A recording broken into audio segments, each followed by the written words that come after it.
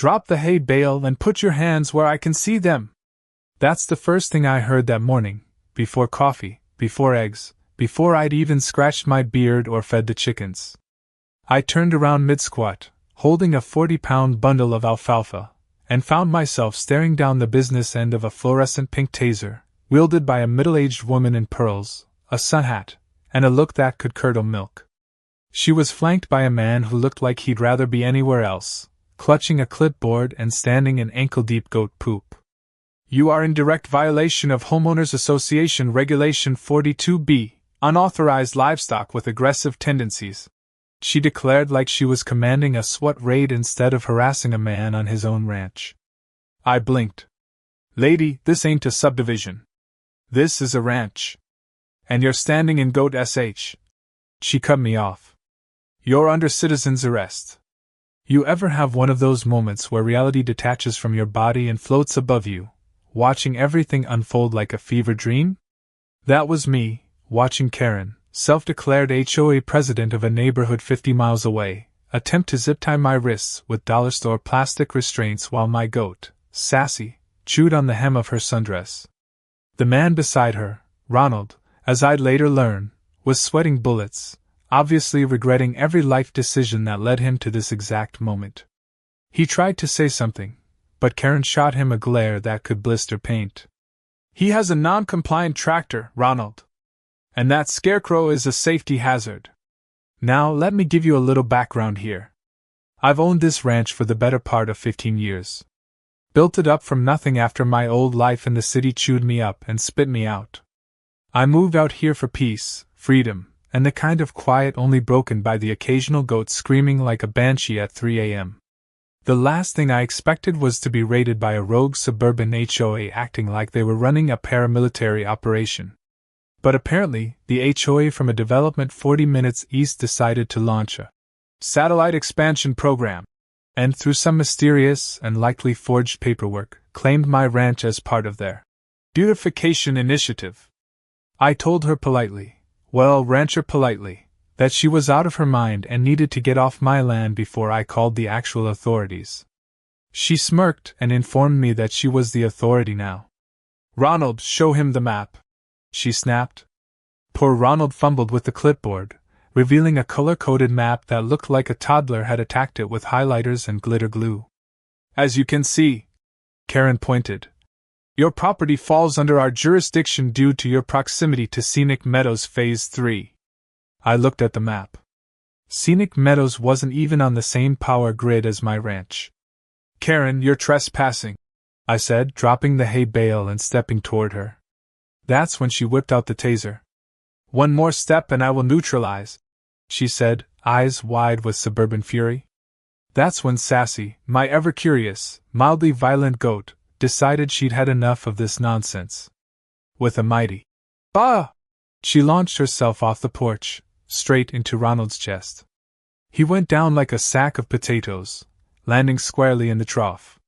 The clipboard flew out of his hand and landed in the mud. Karen screamed. I laughed.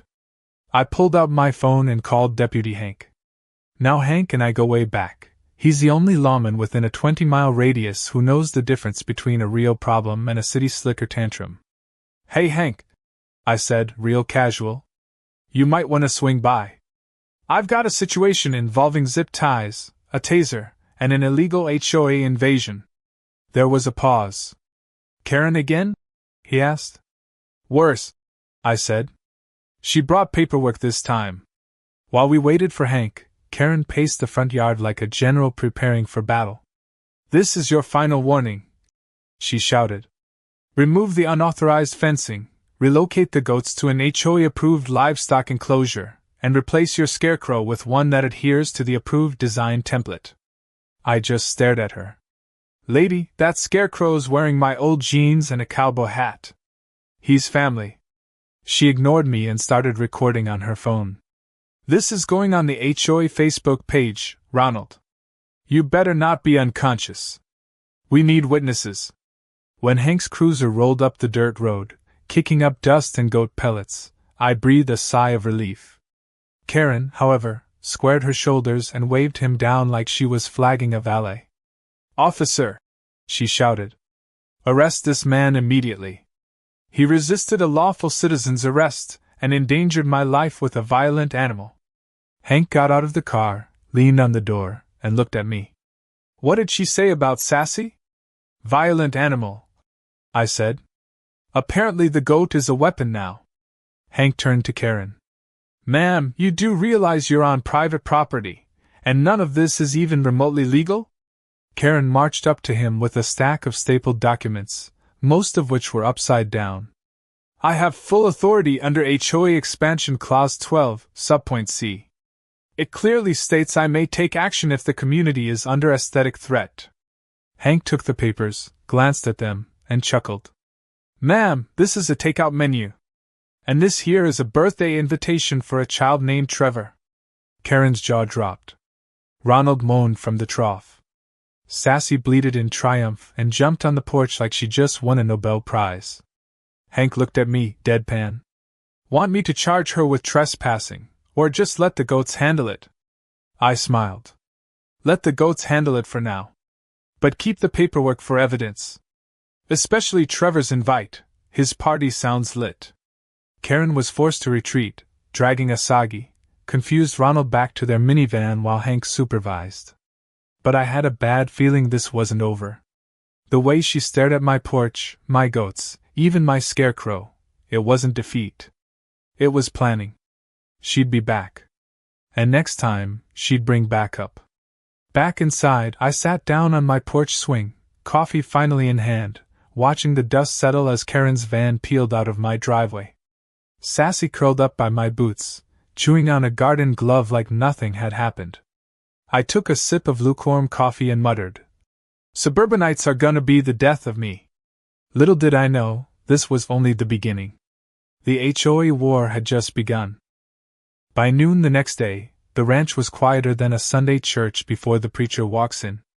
The goats were sunbathing, the windmill creaked softly, and I was halfway through replacing a busted hinge on the chicken coop when the sound of tires on gravel pulled me back to the chaos. I turned to see 3 sheriff's department vehicles and a four-wheeler kicking up dust down the road, weaving around cow patties like seasoned rodeo pros. At first, I thought maybe Hank was just making good on his promise to follow up on Karen's HOA nonsense. But then I saw her. Again. Standing dead center in my driveway, arms crossed, lips pursed, and wearing a bright red sash that read, HOA Regional Commander. I don't know where she got it. Probably Etsy. Behind her, Ronald was still limping from the goat-induced injury, and looked like he hadn't slept. Hank stepped out of the cruiser and adjusted his hat, giving me that. "I can't believe I'm here for this again. Look." Karen pointed dramatically toward me like she was Julius Caesar about to deliver a death sentence. "That's him, officers. That's the one who assaulted me with livestock, defied HOA protocol, and is harboring multiple code violations." Hank didn't even flinch. "Ma'am, we went over this yesterday. This is not your jurisdiction." Karen raised a rolled-up piece of paper and waved it like it was a legal scroll. "This is a newly revised map from HOA Command. It clearly redefines district boundaries to include all properties within 5 miles of any home where a resident has subscribed to the community newsletter." I took a slow step forward and squinted. "So because my neighbor 4 miles away accidentally clicked on a newsletter about hedge trimming, you think you own my ranch?" Karen turned to Ronald and hissed something under her breath. He opened a metal case and pulled out a laminated document that looked suspiciously like it had been printed at an Office Max. "This," Karen said triumphantly, "is your final notice. You have 24 hours to remove all goats, reduce your scarecrow's threatening posture, and replace your mailbox with a regulation-approved model. Or we escalate to Code Red." Deputy Hank took the paper, studied it, and flipped it over. "Ma'am, this is a Chick-fil-A coupon." Karen snatched it back. "Wrong one." She fumbled through the stack of documents Ronald handed her, muttering something about clerical sabotage and deep state goat sympathizers. One of the other deputies, a younger guy who hadn't yet built up the emotional calluses needed to deal with rural nonsense, leaned in toward Hank and whispered, "Is this for real?" Hank didn't blink. As real as a unicorn in a pawn shop, son. Karen wasn't backing down. She marched to the edge of my porch, glaring at Sassy, who had now taken to standing upright on a stump like some kind of goat monarch surveying her kingdom. That animal assaulted my husband and disrupted an HOA strategic initiative. Ronald, still mud-stained and covered in hay, opened his mouth to say something, then thought better of it. Karen continued, I am invoking Article 7, stand your lawn. I swear to you, she said it with the conviction of someone quoting scripture. Hank raised a brow. What the hell is stand your lawn? Karen's eyes burned with determination. It's our right to defend our community standards from hostile architecture, rogue livestock, and excessive porch decor. The moment she said that, as if summoned by the universe itself, my wind chime made out of old horseshoes clanged loudly in the breeze. Karen flinched like it had insulted her mother. See? Hostile decor. I had just about enough. You came onto my land, tried to arrest me, waved a taser at my goats, and now you're accusing the wind chime of being aggressive? Karen took a bold step forward. That's exactly what I'm doing. That's when Sassy struck again. She bolted off her perch, kicked up a cloud of dust, and did a full 180-degree turn that ended with Karen flat on her back and Sassy standing on her clipboard like she just conquered Mount HOA. The younger deputy gasped. Ronald sighed and sat on the ground beside the trough, clearly in emotional surrender. Hank walked over, reached down, and helped Karen up while brushing hay off her hat. Ma'am, I'm going to ask you one last time. Leave this property. If you don't, we'll have to file an official trespassing report, and your HOA charades are going to turn into real legal trouble. Karen didn't respond right away. She adjusted her sash, fixed her hat, and gave me a look like I had just personally defiled everything she ever stood for. Then, without a word, she turned on her heel and walked back to the van. But she didn't leave. She climbed onto the roof of the van with surprising agility for someone her age and declared, We will not be moved. We are staging a peaceful protest against goat tyranny. Ronald, get the signs. Ronald sighed again, opened the van, and pulled out a stack of poster boards with slogans like, Mow lawns, not freedom, goat-free is the way to be. And my personal favorite, Make scarecrows friendly again. Hank and his deputies stared in disbelief as Karen began zip-tying protest signs to my fence. Deputy, I said, pointing to the whole circus, I'm gonna need you to officially trespass them before she tries to annex my well pump. Hank nodded. Get the cones, he said to the younger deputy. Let's make this official. They set up a perimeter of orange cones around the HOA protest group, which at this point included Karen, Ronald, and what looked like a cardboard cutout of a bald eagle in a tie. Karen paced behind the cones like she was negotiating a hostage release. We'll stay until our demands are met, she shouted. Or until Ronald gets sunstroke. Whichever comes first. Eventually, Hank radioed in and filed the official report. Karen was served with a written warning for trespassing and a citation for unauthorized protest signage on private land. She called it an act of oppression, and accused Hank of colluding with Big Goat. Ronald accidentally knocked over the cone barrier while trying to plug in a battery fan, prompting Sassy to leap into action once again, stealing Ronald's visor and trotting triumphantly across the field. By the end of the day, Karen had been forcibly escorted off my property, Ronald had somehow ended up wearing a traffic cone as a hat, and Sassy had been declared temporarily disruptive but undeniably majestic in the official incident report. As the sun set over the hills, I leaned on my porch rail, sipping sweet tea and watching the last HOA golf cart vanish into the dust trail. Hank looked over at me and said, You know she's not done, right? I nodded slowly. Oh, I know. That clipboard's got more pages. And next time, she's bringing the whole HOA cavalry. He tipped his hat. Well, we'll be ready. And so will Sassy.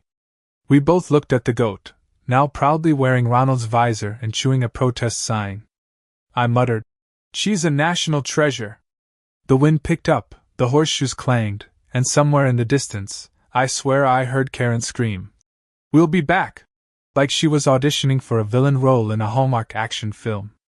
This war was far from over. But at least for now, the ranch was safe, and the goats had won the battle. I should have known peace wouldn't last longer than a day and a half. That evening, I sat on the porch with Sassy nestled at my feet, finally enjoying a beer and watching the moonlight bounce off the barn roof, when I heard the unmistakable hum of a small engine caravan. It was faint at first, like mosquitoes buzzing in formation. But then headlights crested the hill at the edge of my property. 1, 2, 3, 6 tiny beams in total. I stood up slowly, heart sinking as the parade revealed itself. Golf carts. 6 of them. Each adorned with flags, streamers, and laminated signs that screamed, HOA Reclaim and Beautify Squad.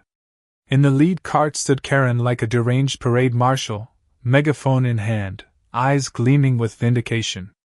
Before I could say a word, Karen shouted through the megaphone, "You have been served a final HOA notice. We are reclaiming this land for the greater suburban good." Behind her, the others, HOA members I'd never seen before, wore matching polos and khaki shorts, each armed with clipboards, paint swatches, and measuring tape.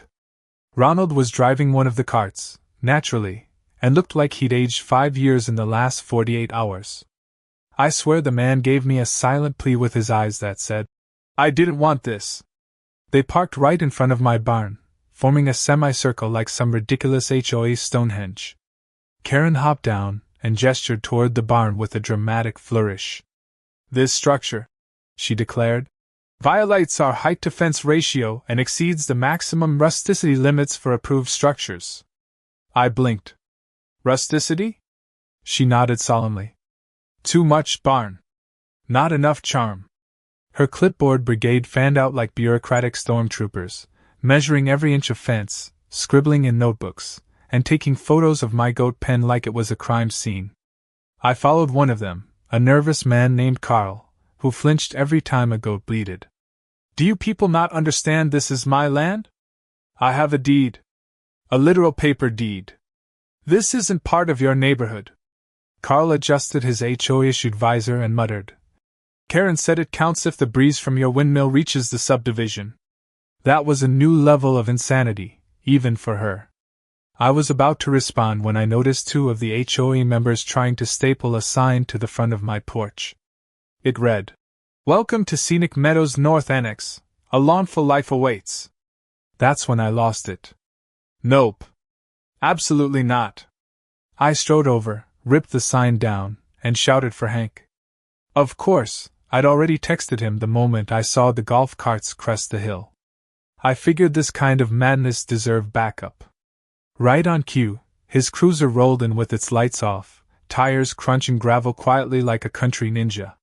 He parked, stepped out slowly, and took in the scene, golf carts everywhere, HOA members milling about, Ronald attempting to fix a flat tire with duct tape, and Karen, of course, standing on a folding step stool giving a speech to no one in particular. Hank walked up beside me, arms crossed, chewing the end of a toothpick. "What now?" I gestured broadly. "Welcome to Scenic Meadows North Annex." Hank blinked, looked at Karen, and then back at me.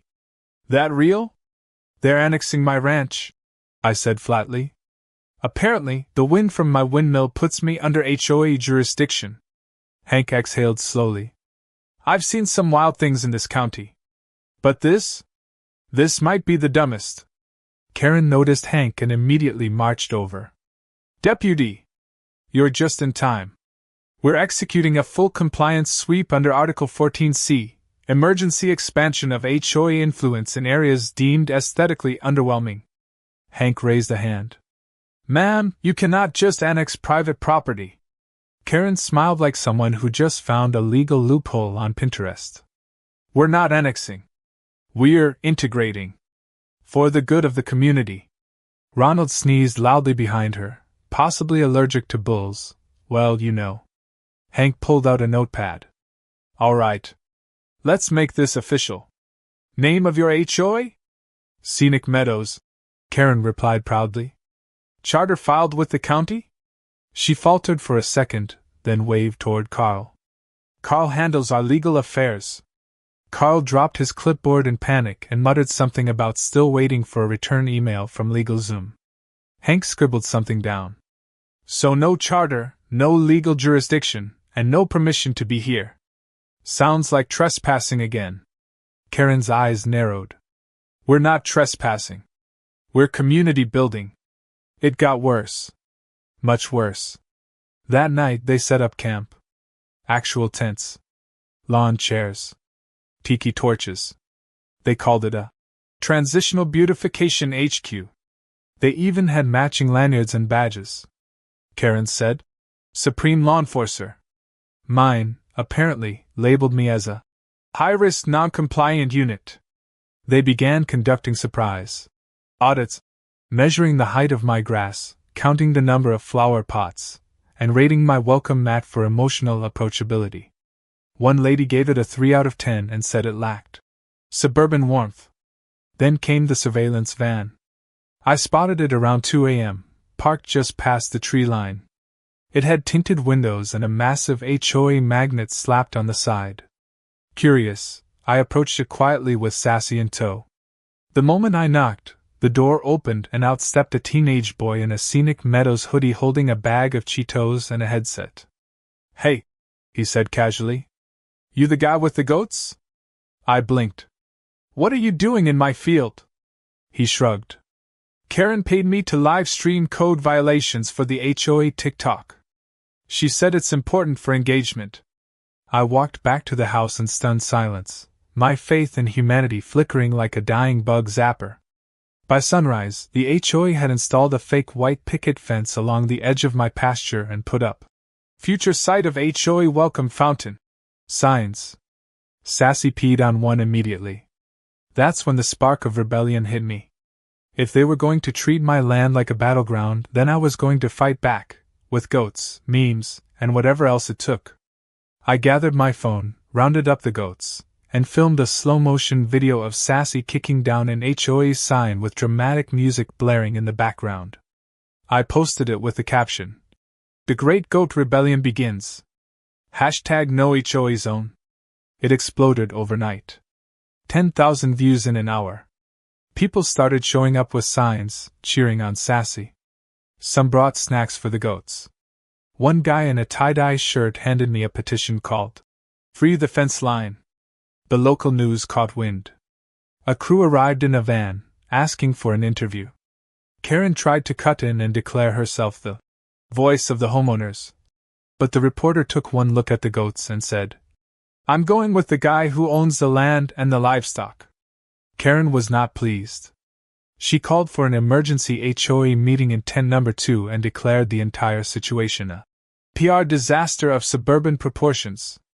By the end of the day, my ranch had become a symbol of anti-HOA resistance. Strangers showed up with lawn chairs, protest signs, and even a marching band. The goats danced. The people cheered. Karen seethed. And I stood on my porch, arms crossed, watching it all unfold like a man whose scarecrow had just been promoted to folk hero status. Sassy stood beside me, regal and smug, as the sun set over what was now known across social media as Goatopia. The war wasn't over. But the tide had turned. And for the first time since Karen's clipboard touched my property, I wasn't just fighting back, I was winning. The courtroom smelled like stale coffee, desperation, and printer toner. It was one of those small county courtrooms with folding chairs instead of pews, an American flag that had seen better days, and a judge who looked like he'd rather be fishing. I sat in the front row next to Deputy Hank and Sassy, who wore a tiny vest that said, "Emotional Support Goat," which I didn't authorize but secretly appreciated. Karen sat across the aisle, flanked by Ronald and 2 new recruits from her HOA army. Both wearing matching Scenic Meadows blazers. Like this was a corporate merger instead of a legal embarrassment. The judge walked in and took one long look at our crowd before sighing audibly and muttering, "Lord, not another goat case." Karen immediately stood, papers clutched to her chest like a Bible in a revival tent. "Your Honor," she said dramatically, "this man has continuously violated Scenic Meadows Homeowners Association codes, trespassed against our standards, endangered our safety with unruly livestock, and wage psychological warfare via viral goat propaganda. I raised my hand. Objection. That last one isn't even a thing. The judge squinted. Is the goat in question present? Sassy bleated proudly, causing one of Karen's blazer buddies to flinch. Hank leaned over and whispered, I think she just asserted dominance. Karen continued with a presentation that included a projector, a slideshow of my fence angles, grass heights, and Scarecrow's wardrobe, and a dramatic reading of what she called the Constitution. It was 37 pages long, laminated, and included a preamble written in Comic Sans. At one point, she accused me of visual aggression by letting my barn be painted in a non-neutral tone. The judge rubbed his temples. Ma'am, barns are supposed to be red. She countered with, Not that red. It's defiant. When it was my turn, I kept it simple. I handed over my deed, zoning documentation, and a series of increasingly viral videos featuring Sassy dismantling HOA signs with joyful violence. One of them was remixed with banjo music and had over 1 million views. The courtroom laughed. Karen looked like she'd swallowed a lemon whole. Ronald, for once, chuckled, then stopped when she elbowed him hard enough to dislodge a kidney.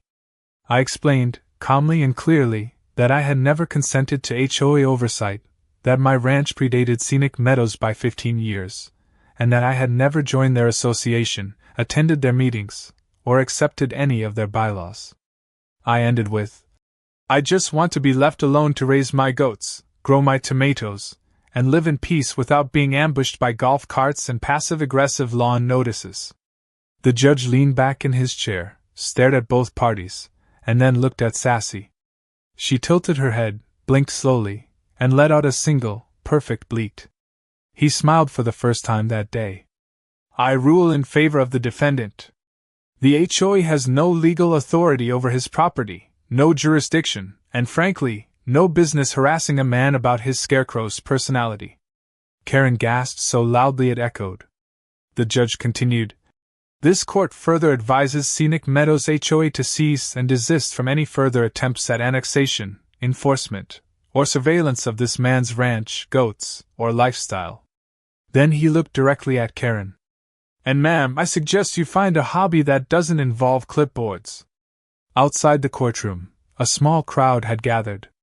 Turns out the live stream of the trial had gone viral, and a group of ranchers, HOA survivors, and goat enthusiasts had shown up in support. Sassy got her own sign that read, Goats for Freedom, and a flower crowned someone made out of dandelions. A man tried to book her for a commercial. Another offered me a podcast deal. Karen stormed out, shoving microphones out of her way. This isn't over, she shouted. You'll all regret this. The HOA will rise again. Ronald quietly slipped his blazer off and left it on the courthouse bench before following her to the car. Back at the ranch, it felt like spring after a long, ridiculous winter. The fake signs were gone. The white picket fence was dismantled. The HOA golf carts had been towed away by order of the sheriff. I put up a new sign at the front gate. Welcome to Gotopia. No HOAs beyond this point. People started stopping by just to take pictures with it. A local barbecue joint named a dish after Sassy. She was famous now. Every time someone recognized her, she'd headbutt something nearby like she was making sure they didn't forget where they were. A few days later, Ronald showed up at the gate with a duffel bag and an apology. She kicked me out, he said sheepishly. Said I wasn't committed to the HOA cause anymore.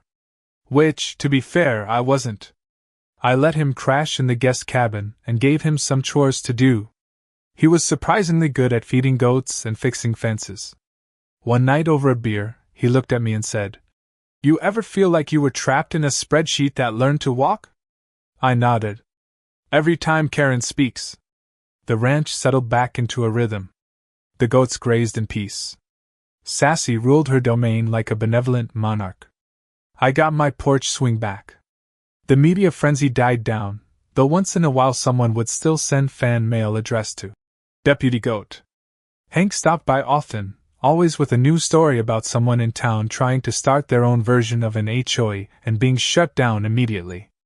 He said the county passed a new ordinance unofficially nicknamed the Sassy Clause, making it a misdemeanor to enforce HOA rules beyond their legal jurisdiction. Sassy's bleat was played during the final vote. And Karen? Last I heard, she took a job at a bakery 2 towns over. Still carried a clipboard. Still gave speeches about lawn standards to anyone who would listen. But something had changed. Maybe it was the courtroom defeat. Maybe it was going viral for all the wrong reasons. Maybe it was the goat. But she hadn't been back. Not yet, anyway. As for me, I learned something in all this madness. You can build fences to keep animals in, but you need boundaries to keep lunacy out. Peace doesn't come from regulations or matching mailboxes. It comes from knowing who you are, where you stand, and how to hold your ground when a well-meaning tyrant shows up with a clipboard and a laminated manifesto.